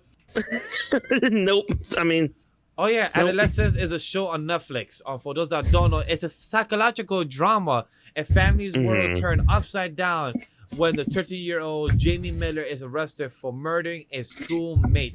The charges against their son force him to confront every parent's worst nightmare. That's crazy. Yeah. Okay, makes sense for that being a winner. Sounds very drama and very type of limited, where you can only tell one story, and very probably good acting, strong acting in that scenario, so it makes sense. Yep. Do you care about reality competition programming? Because you can skip this one. I mean, I've heard of the winner, The Traitors, and I heard that was actually, I heard some people talking about that being a fun watch, but I mean, it's reality TV. It's slop. I mean, you got Survivor, Top Chef in there. At least Top Chef's in there. That can be fun sometimes. Just makes you hungry and all that. But that's a fact. Yeah. For the best talk shows, the Late Show with Stephen Colbert. Jimmy Kimmel's there again. Yeah, Jimmy Kimmel's there before the Emmys. Before the debacle happened the week after. Yeah. So hey, and the Daily Show. If he won. Oh, that would have been funny. If he won that would have been very ironic. Like, hey guys, I at least I got W, and at least I got to take it home. Yeah, but more power to Stephen Colbert there. We're gonna skip the next two, best scripted variety series, because we don't really check these out. The best scripted live series. Oh yeah, we don't really check this out. So I'm not Friday special. We're not gonna really get. Hey, look at SNL getting something. That's something at least. The best actor in a drama series, we have Sterling K. Brown for Paradise, Gary Oldman in Slow Horses, Pedro Pascal for The Last of Us, Adam Scott for Severance, which, hey, great for him to be there. Noah Wild for The Pit. Again, The Pit won. Great, makes sense, because when you won in the best drama series, usually the best actor will also win that because you're the one that carried that, so it makes sense. But then we have here best actress in the drama series. We have the person from Severance, Britt Lower, to actually win. And congrats for her because she's great. For you don't know, Damn. she's the main actress in Severance. The fact that Kathy Bates lost that, because she's a good actress. I don't know who that's on top of my head. I gotta see by research. Yeah, she's I mean, I know her. I know she did a little bit in The Office, but there's also some Misery she did. That was a Stephen King movie. Oh, that's her. Oh shit. Yeah, wow. Yeah. She's been in a lot of stuff. Yeah, she's a classic. Yeah. Hey, for you to lose against a show like her, Severance, I feel like you're still top 5 being nominated. Oh yeah, like you still did your job and everything, and to lose, I feel like you can't go wrong. Why are there like? Sorry, I'm looking at this best supporting actor in a drama series. There's like 3 of them for White Lotus, right? White Lotus, which I've heard from White Lotus being a very good show. 3 for Severance. Yeah. Oh my gosh. Hey, that's crazy. Congrats for Trammell Tillman, because he is the first black actor to actually win this award, if I remember correctly. Yeah, the first black actor to win this award in the supporting actor. The White Lotus has four people nominated in Best Supporting Actress, and none of them won. Hey, it just shows how good Tillman was. My God. Because he's that from The Gift. He's the guy from Severance that does this. Oh, that dude. Okay. Oh, I highly recommend Severance. Such a good show. Yeah. And then supporting actress, we got to flip it. We got to The Pit. The Pit won another one. So congrats to them. White Lotus continues getting nothing. Nothing at all. They keep trying. They're like, hey, we're there.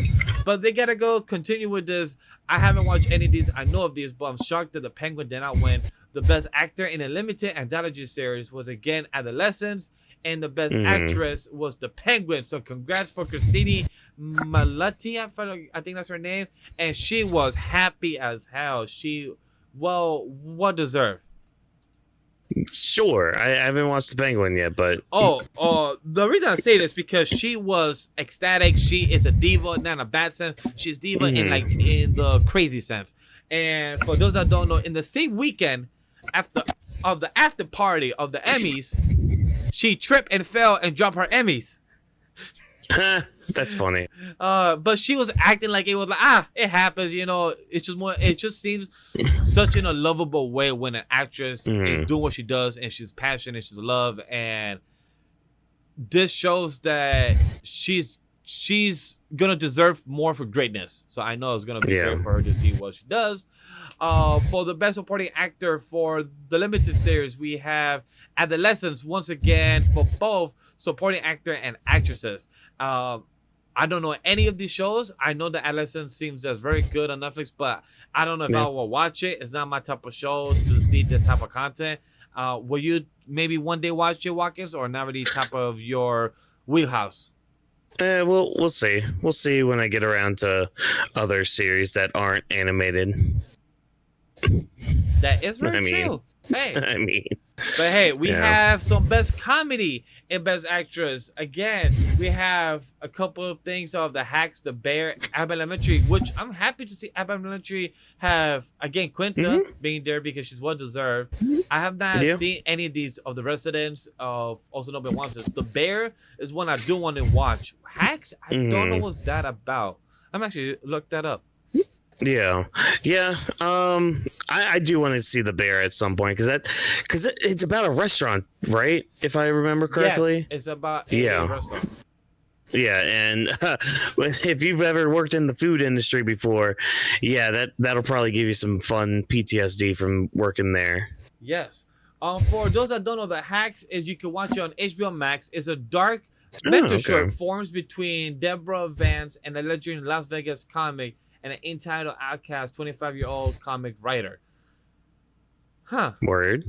All right. It just I feel like it's a lot of fourth wall breaking with trying to tell within the industry.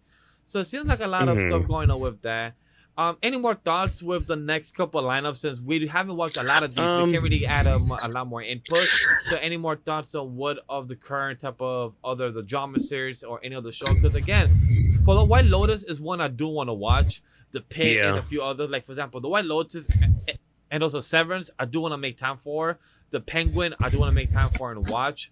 Those three, I do have thoughts for. Into Black Mirror, Say Nothing, The Pit. Right now, it doesn't have to be in my wheelhouse. If I get recommended from peers or you chime in, let us know like, hey guys, we do actually recommend this. You gotta check this out. Then maybe. But for now, those are the 3 highlights out of these Emmys that I actually do want to check out. Like I said, The Penguin, White Lotus, and those Severance, I do want to check out.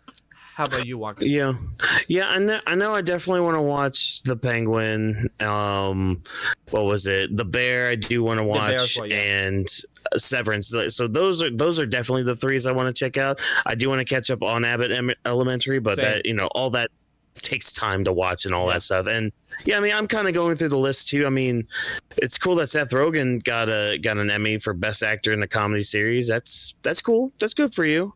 Yeah, that is true for best writer and everything. I think he was taking home like four Emmys, and he was almost out of hands of carrying them. I saw a clip on that, which is actually amazing. Best writing. Yeah, I'm seeing the best writing one. And best directing for a comedy series.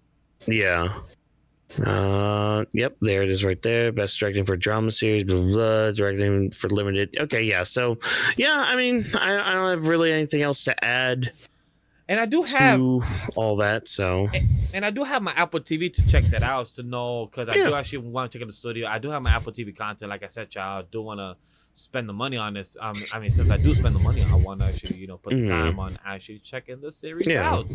But with that being said, I don't have no more thoughts about the Emmys. We already spoke highlight about it. So, chat, we're going to get into our end of the show. We spoke a good conversation of our 2 gentlemen, myself, Vash, and the world champion. We spoke about a good conversation of what we've been up to at Weebs Lounge. I saw a couple movies, like I said, Sinners, Working Man, The Accountant 2. We had great conversation about what movies I would be looking into. Maybe I might come back into and finish Wednesday with Wifey. I will also be watching the F1 movie. Probably I will be making time for Mickey 17. I believe that's also on HBO Max. So I'll be making time because that's with our Twilight guy, our vampire that people like to call him. I'm like, hey, Spike Lee. He is Mickey 17. Robert Pattinson is in 17 clones, 17 Shadow Clone Jutsu. But which one is the best version out there? Is it the 17 or the 16? Questions will be told. Questions will be asked. Will be told. So I'm very excited about this. I'll be playing more Hades in this coming week, so definitely stay tuned for that. I'll be watching a lot more anime, but check in for After Binge. October season is going to be packed for consuming content, playing content, and also just being here for the podcast week to week as always and catching up with you guys and let us know what we've been up to and reading more manga. So I'm very excited for that, to get back into my manga game, reading the Kagurabachi, reading Ichi the Witch, and many others that is in my lineup. No, you're in for a treat because currently Drop's going through with Itchy the Witch right now, and he's enjoying it. So it is a great read, especially now that you guys are going to be binging it. So that's going to be very, very interesting to hear from you guys. But yeah, I don't have anything else to add really. Just yeah. That's about it. Stay tuned for Spooky Month coming soon. Ooh. Yes, chat. Don't worry. We're discussing, but let us know down in the comment section below what you guys thought down below. Let us know what spooky season, what movies you guys want to have Vash watch. Is it some Chucky? Is it some Halloween? Is it Friday of the Nightmare of the 13th? Which one would it be? Which title is Vash gonna get mixed up? Which TV series will we be watching for the Halloween season? So if you guys want to know more, thank you for joining tonight and taking the time to listen in. The Anime Podcast was presented by AniMa Studio. That stands for animation, manga, wrestling, webtoons, and for all entertainment.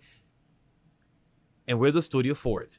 And our production team are Vash, Whawkins, Rome, Jokester, and special thanks to our producers. Don't forget to follow the socials of the brand and the team. All the links are down below in the description, including the time codes like you see down below in the chapters of the YouTube side or on the audio feed as well. Lastly, share and like, and most importantly, give feedback and let us know what you thought of the episode. You guys are what make the show and help us succeed. On behalf of everyone at AniMa Studio team, we thank you for joining us in the Anime Podcast. We see you later. Take care. And this podcast was not recorded by a live studio audience.